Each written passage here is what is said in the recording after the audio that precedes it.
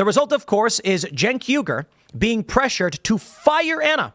He says, for extreme leftists, or whoever you are and whatever you'd like to call yourself, who would like me to fire Ana Kasparian for being open-minded instead of agreeing with you 100% of the time, as you demand, here's my answer. No, F off. There's absolute chaos breaking out right now. Tim Pool is absolutely fed up with Cenk Uygur and the Young Turks. Ana Kasparian is officially leaving the left, and apparently, according to this Tim Pool video, actually demanding Cenk Uygur fire her from the Young Turks. I think it's a really complicated situation because I believe Ana Kasparian owns a percentage of the Young Turks. It wouldn't surprise me at all, and that's the rumors that I have heard as to why she is still there, although she's obviously not a good fit for the network anymore. The fans want her gone. Ana Kasparian wants to leave. Tim Pool is calling for her to leave, or Cenk Uygur to at least fire her and let her out of her contract. Let's get into this clip here where Tim Pool on Timcast goes after Cenk Uygur and the Young Turks for not allowing Ana Kasparian to leave the network. Let's check this out. It's a story from 2023, April 19th, the awakening of Ana Kasparian.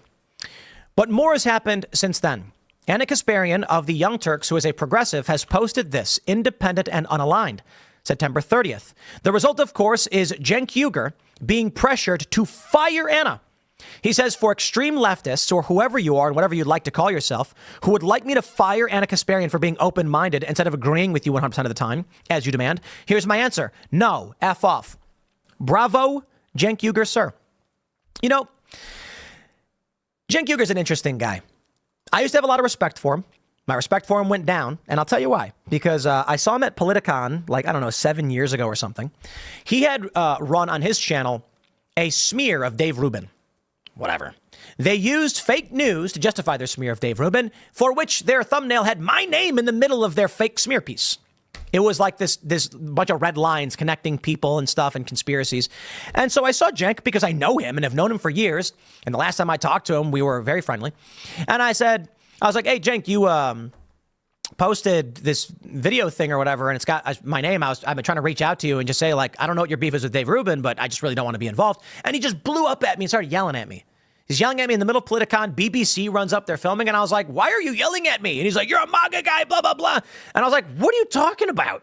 That's nuts. Because this was like 2017. I had not endorsed Donald Trump. I was speaking out mostly against him, critical of him, just not lying, I guess. And so then my respect for him went down quite a bit. But in the past couple of years, he's been coming around, and largely Ana Kasparian has been coming around. She has this post. She says, after Trump came onto the political scene, and especially after he was elected in 2016, the us versus them mentality immediately took shape. Anyone who refused to resist Trump was seen as a threat to the country, and I was fully on board with that mindset. It all felt righteous at first, but eventually the tactics deployed to fight Trump became repetitive, boring, and ultimately fruitless. Polling shows that he has increased his support among Black and Latino voters despite wall-to-wall coverage on his unsavory, racist, and bigoted remarks. I'm going to pause there and say, which ones? Because I'm not familiar with those. Several years of media raising alarm over Trump's threat to democracy has only resulted in a tight presidential race between himself and Kamala Harris. I can't help but acknowledge that the only thing that was accomplished by resisting Trump was less understanding and more division among Americans. I personally became reluctant to challenge my side or engage with voters who disagreed with me. In turn, I became less knowledgeable about the people and world around me. I saw Republican voters. And by the way, what Tim Pool just said right here in response to Ana Kasparian's message about Donald Trump and how they always say, oh, you know, he said these bigoted remarks and stuff like that. Anytime you ever ask someone to describe a specific bigoted remark that Donald Trump has made, they never can tell you. You know, I've had friends who they've now come around on Trump because they have brains in their head. But I remember back in the day, there was this guy who I used to talk about stocks with him a lot. We were very heavy into the stock market back in 2020 when anybody could just any monkey could throw money into the stock market and make money. It was a great time. It's not like that anymore. And it really just ended for us as soon as Joe Biden got elected. It was just kind of, you know, that the stock market just was not profitable anymore for a long time. So anyway, I used to trade stocks with this guy. And I remember him telling me, dude, I would give up all the money in my stock portfolio for Donald Trump to lose this election. And I was like, are you insane? Why? And he was like, because he's a racist. And I remember asking him, like, what is a single racist remark that you can recall from Donald Trump? Like, you're so strong in the stance that Donald Trump is a racist, so much so that you'd rather just give away all this money that we've been earning in the stock market for Donald Trump to lose. and Joe Biden to win, which we saw how that worked out. Absolutely awful. And he couldn't tell me. He's so confident and he's so strong on that stance, and he doesn't even know an actual racist remark that Donald Trump has ever made. He just knows the media said over and over again he's a racist, and it plays into people's emotions, especially when they're not white, and this guy's not white. So it plays into your emotions like, oh, this guy, he hates me because of the color of my skin. Of course, that's going to make you feel a certain type of way. But what's happened over the last 4 years especially is all of those people have woken up to the fact that, number one, Donald Trump has never really said anything blatantly racist ever. He's had locker room talk and made jokes and stuff like that. We all have. I'm sure we've all said a whole lot worse, especially if you played video games growing up. You said a whole lot worse, like, let's be real, than anything Donald Trump has said and that has been recorded. I'm sure Donald Trump has said worse too, by the way, because he's a normal human and people just joke about things. But if you ever ask these people, if you ever ask Ana Kasparian or Cenk Uygur, what is a specific thing that Donald Trump said that is racist, that is bigoted, they will never be able to answer the question. Never. Is an evil monolith, and that was a big mistake. My evolution started in 2022 when I was sexually assaulted by a homeless man in my neighborhood as I was walking my dog. That horrible experience alone didn't change me politically, but the treatment I received from the far left and some progressives after sharing my story did. I was told that by publicly sharing what had happened to me, I was stigmatizing my unhoused neighbors. Others accused me of feeding into racist tropes because they assumed that my attacker was black. But I never even disclosed the man's race. He was white. Not only did I suddenly see the flawed thinking of some of the left, I also witnessed their cruelty and hypocrisy in real time. These terrible traits that I had associated solely with my political opponents were obviously not exclusive to their tribe. I was stupid for ever thinking that was the case. That doesn't mean everyone on the left thinks or behaves in the way this small group of lunatics do, far from it. But it does mean that there are factions and flaws on both sides of the aisle, and no one has a monopoly on truth. But I got to tell you, Anna, that reality has a right-wing bias, at least right now. Then there was the insane reaction to one of my tweets in March 23. And I'll tell you why it has a bias. Because Ana Kasparian's a progressive, and when she tweets this, the left loses their mind. She says, I'm a woman. Please don't ever refer to me as a person with a uterus, birthing person, or person who menstruates. How do people not realize how degrading this is? You can support the transgender community without doing this ish. If you enjoy content like this, then make sure you leave a like and subscribe to the channel. It really does help me out a ton. Let's get back to the video. All hell broke loose after I posted those words. Most friends in left-wing media didn't bother reaching out privately to discuss their disagreement with my personal preference. Instead, many self-described socialists took it upon themselves to profit from conflict by publicly attacking me with monetized videos. Hey, Young Turks, remember when you did this to me? I'd like to give a shout out to the Young Turks when I ran a segment talking about how scientific articles have come out showing conservatives tend to be more attractive than liberals. I then talked about privilege and why the left was actually correct about privilege, and this proves it. And the Young Turks, I think it was actually Anna, said, well, Tim's ugly. Look at his face. He's not much of a looker. Thanks for monetizing fake outrage. But I can say this with respect. You're coming around, okay? Look. I don't make videos saying, can you believe what Ana Kasparian said? What a moron. The video I make is, wow, Ana Kasparian, seeing the light, understanding what's going on, and I respect it. The title of this video is not going to be Tim Pool's mad at Ana Kasparian because she's ugly or something dumb like that. I'm only making this video because she's telling the truth. She's having a realization, and that's good news for everybody. You don't see me making videos every other day about Sam Cedar. The dude's got a hard-on for me, and he won't stop. But I got to hand it to him. When he puts out a video and gets 500,000 views, at least my name gets more search engine optimization, whatever. These people are obsessed with insane nonsense. This is exactly what I've been talking about, why I can't stand the left. Bro, you want higher. This is exactly why Joe Rogan gets canceled every other week as well. And Joe Rogan, don't get it twisted. Joe Rogan is not a right winger. Joe Rogan is not MAGA. He won't even have Donald Trump on his podcast still. He's not a right winger.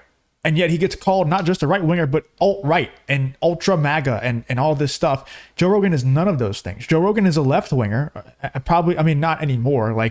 But it's not because Joe Rogan's opinions or ideas have changed. It's because the left has gone so far ridiculously left that it's impossible to be a left winger and have common sense at the same time now. And Joe Rogan just happens to have common sense.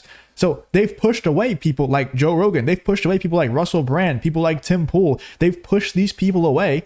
They're pushing Ana Kasparian away. Ana Kasparian's done with the left now.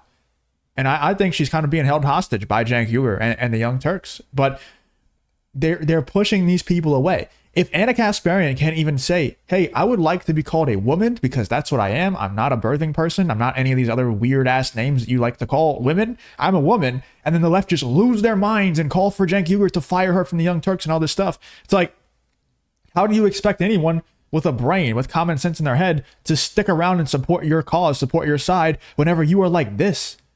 It's not possible. It's not going to happen. And you just see it happening over and over again. People who you would never expect to leave the left, leave the left. You know, like Tim Pool was kind of in the middle, kind of riding the fence, and now he's pretty right wing. Tim Pool is one case. Joe Rogan is a whole different case. You know, Joe Rogan being pushed out of the left is a whole different thing because he's like a, you know, he's a super pro marijuana. You know, he's not a right winger. I'm not saying all right wingers are against marijuana. I'm just saying he has always been like a liberal stoner leftist type personality, and now he's lumped in with ultra right wing alt right people. Like, it's crazy. And it's not because, like I said, Joe Rogan has changed, or Tim Pool has changed, or Russell Brand has changed, or Dave Rubin has changed, or any of these people. It's because the left has changed. The left has gone absolutely insane. Higher taxes?